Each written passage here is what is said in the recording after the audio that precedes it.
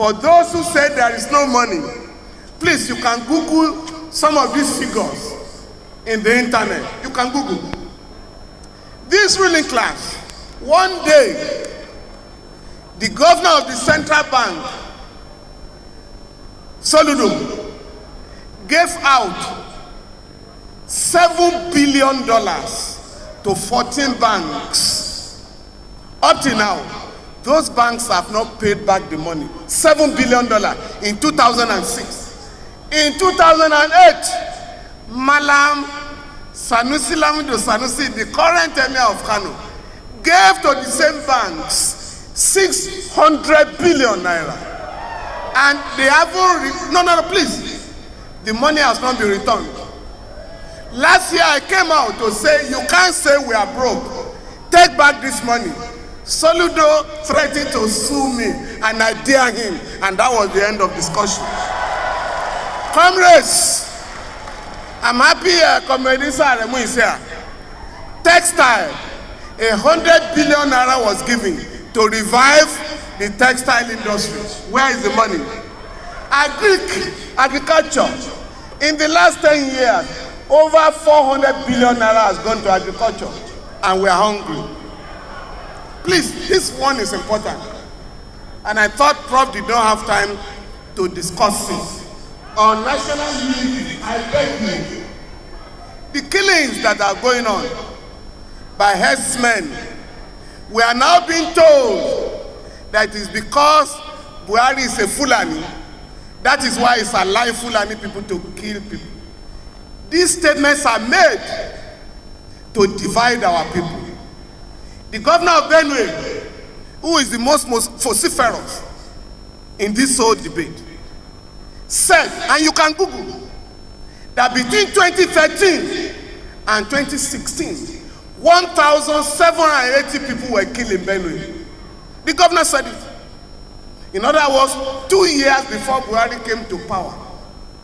Why are our people being killed? I just wrote a letter to the IG. Please, can I have police reports in respect of about 10,000 people that have been killed in the last 6 years? I haven't got any reply. I'm going to court. I'm going to court for one purpose. Please, listen to this. All the country's attorneys general, state by state, are supposed to prosecute those who kill. It's not the business of the federal government. Because culpable homicide or murder is a state offense. So we are challenging the governor of Benue and other places where killings are going on. Go and prosecute those that have been arrested by the police so that we can put an end to impunity. Also, on this one, the only way you can stop somebody bringing a cow from Sokoto to Lagos or from Maiduguri to Enugu is to have ranching. Ranching is the solution. Please listen. In 2014, the Nigerian ruling class came to the conclusion that it's only by having ranching that we can stop herdsmen menace. And 100 billion naira was given to some state government. No ranches anywhere in the country. The point I'm making therefore, because comrade asked me, how did you have chapter 2 in the constitution? It was a concession to the Nigerian people based on their struggle. Because Bala Usman and Segun Oshoba, who represented the Nigerian people among the 49 wise men, made it clear that the Nigerian people are not looking for a capitalist solution. They want socialism. And that was why chapter 2 was put in the constitution. In the political bureau, the Nigerian people demanded for a socialist Nigeria. In the national conference, some of us were there. NSC was there. And we defeated the Nigerian ruling class when they wanted to abrogate chapter 2. And all the delegates unanimously agreed that chapter 2 shall remain in the constitution.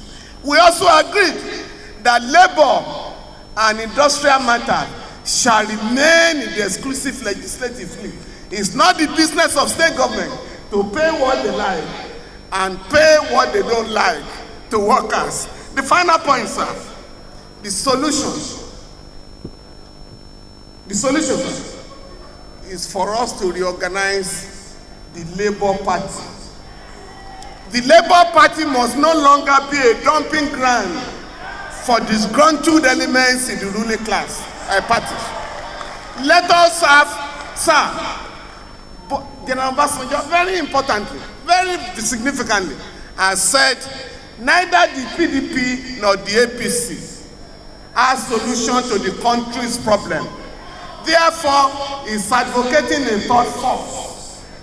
That third force must not be a third force of the disgruntled people.